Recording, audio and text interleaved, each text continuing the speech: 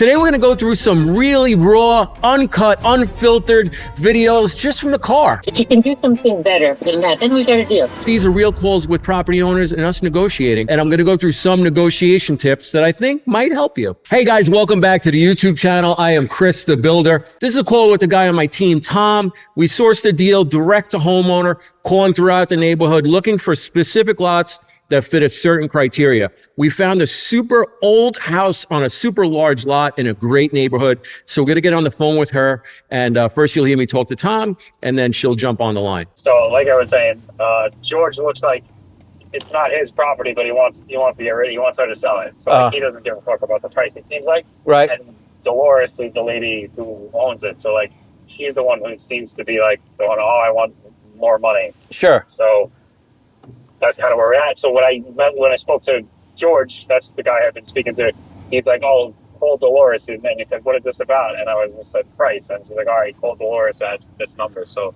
okay, I'm going to try and call her now. And the original price we went in at is $1.4 million? Correct. Okay.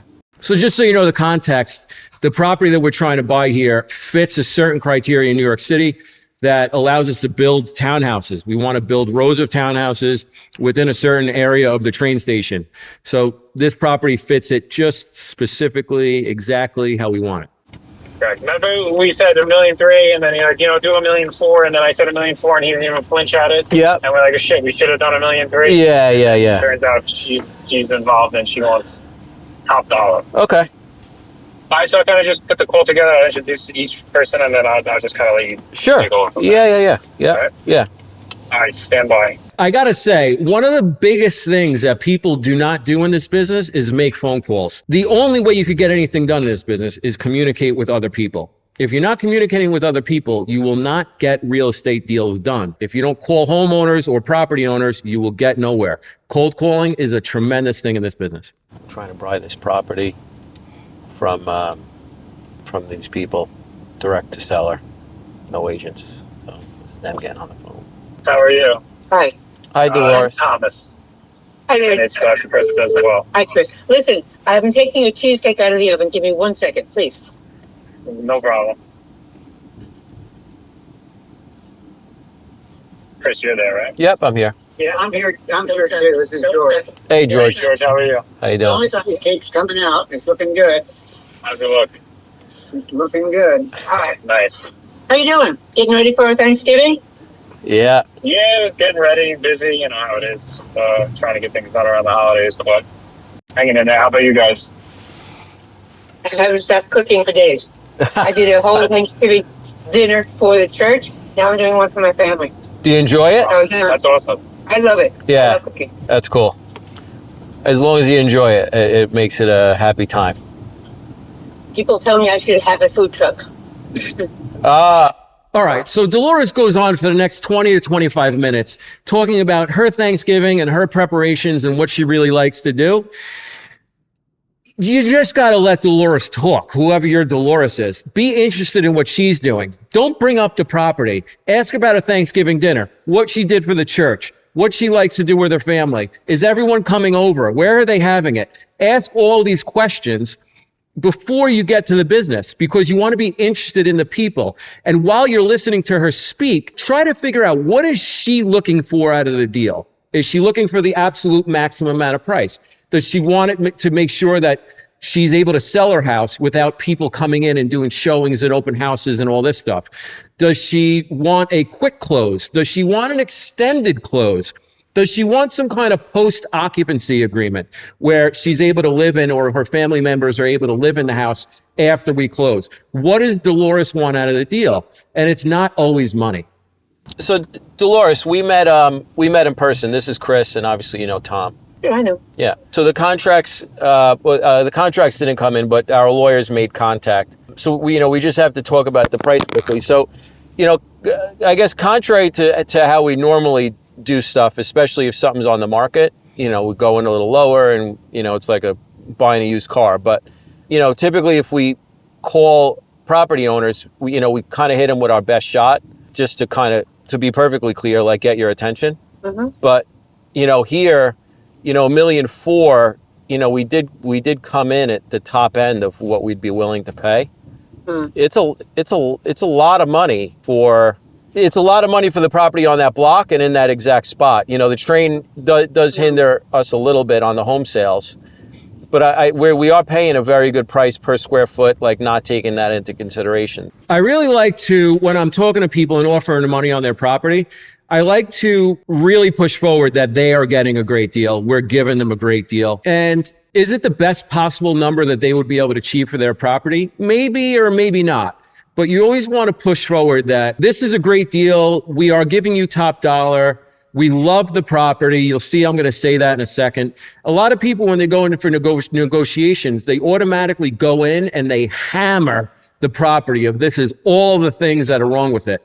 And I think it's really important during a negotiation to say, we really want what you have, and we think you have something great, and we're coming in at the absolute top number. We didn't start low and we want to work our way up. We started where we think it's worth. We love it.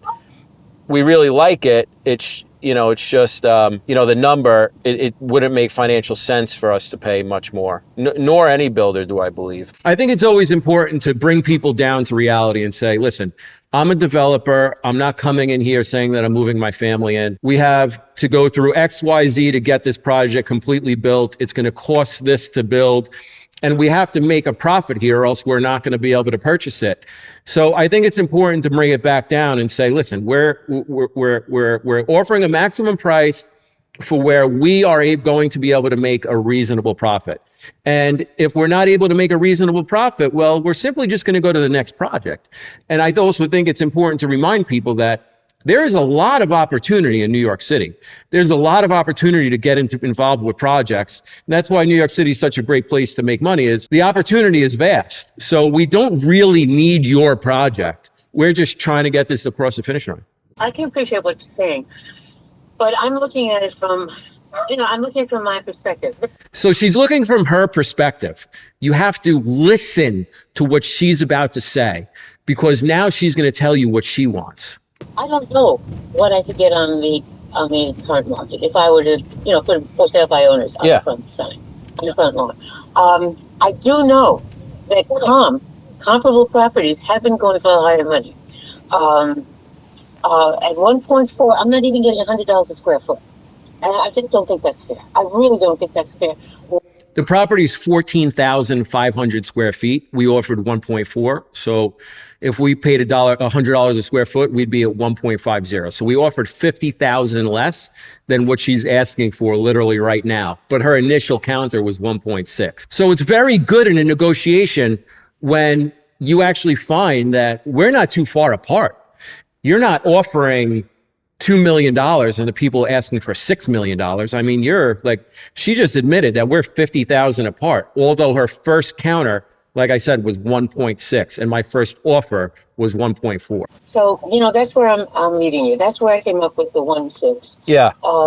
If you can do something better than that, then we got a deal.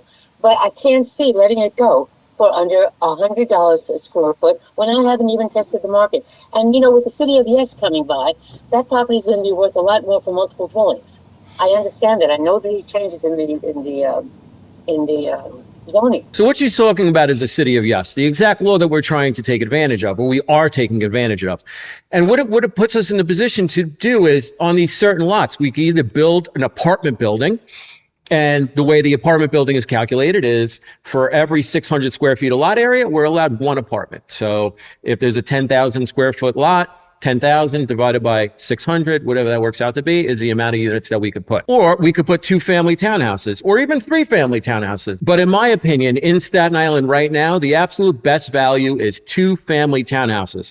Some people could raise a family in it and have a small apartment for some income. Once you jump it up to 3-family, it's then strictly an investment property, and the price of the property is based upon the income that it brings. Whereas a family moves in, the family is able to pay a lot more than an investor would be able to pay, because families aren't really counting what they'd be able to get for rent. They're counting on where they could raise their family and send their kids to school and all this great stuff. So I understand that once the city of Yes is here, and that property it complies with the requirements for being close to mass transit. So, I hate to think of it, but it could be turned into a low-income housing. The low income housing thing, it's getting caught up in the news and they're not doing a great job of explaining it. Affordable housing means that we're able to build houses that just by nature we could sell for less than $1 million because they're about 1,800 square feet. 1,800 square feet, and if they go for the average price in Staten Island for like $500 a square foot, just under $500 a square foot, the price is going to be in the 900,000 range. So it's just affordable by nature. It's not subsidized housing or low income housing. It's none of the above. It's simply houses that just could be priced a little bit less than a $1.5 million, 3,500 square foot house. All I'm saying to you is, I can't let it go for under $100 a square foot. I just can't do it. Okay. So you got to understand that and do something about that, okay? That's all I'm saying. Okay. 106 is still not top dollar for that property. So something I want you to pick up on this video, and I work on it very deeply. I work on it inside. To shut the hell up. Do not talk when someone else is speaking.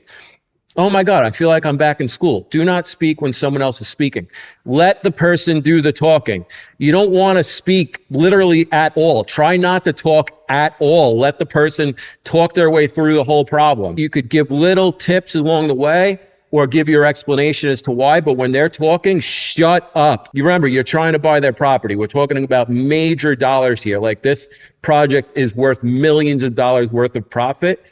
You could spend the time and listen to her speak. Just let her run out. You're going to have to put into this property. I understand that, but you understand it from my point of view. Sure. I haven't tested the market. Sure. People are telling me, they're getting $108, $110 a square foot.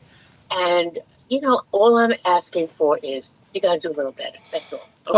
Okay. So I'm going to help you fast forward here. They countered us at 1.485, and that was through no action at all.